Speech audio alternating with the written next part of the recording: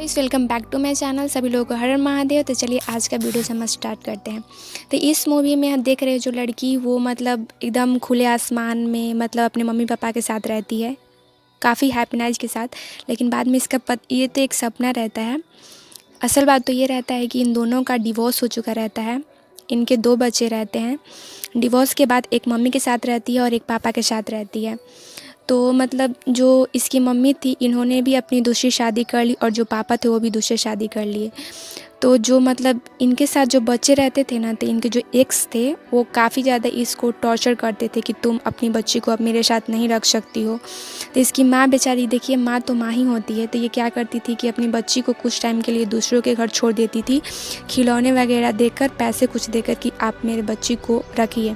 फिर ऐसे ही सिलसिला चलता है। कुछ टाइम बाद क्या होता है कि इसकी माँ का जो है ना ब्रेन ट्यूमर हो जाता है। इसके वजह से ये अस्पताल में चली जाती है और एकदम कोमा वगैरह में चली जाती है। तो इसकी जो बड़ी बहन जो थी वो तो माँ के साथ रहती थी, तो उसका ख्याल रखती है।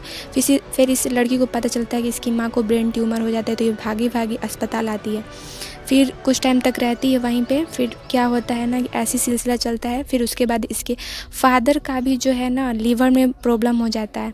तो फिर ये जो उसकी छोटी लड़की थी वो फादर के साथ रहती थी, तो फिर उसके साथ वो रहने लगी।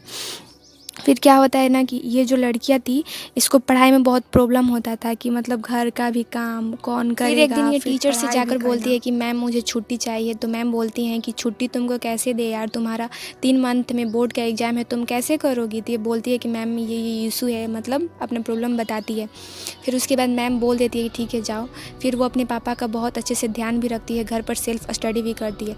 फिर कुछ टाइम बाद क्या होता है ना कि इसके फादर का डेथ हो जाता है। तो ये इसके बाद ना काफ़ी डिप्रेशन में चली जाती है, बहुत ज़्यादा रोती है।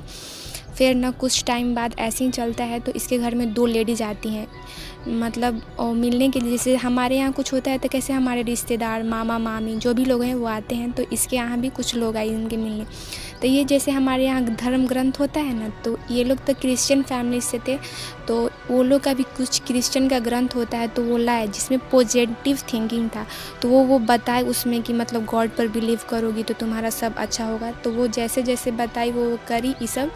और बाद में लोग के मतलब काफ़ी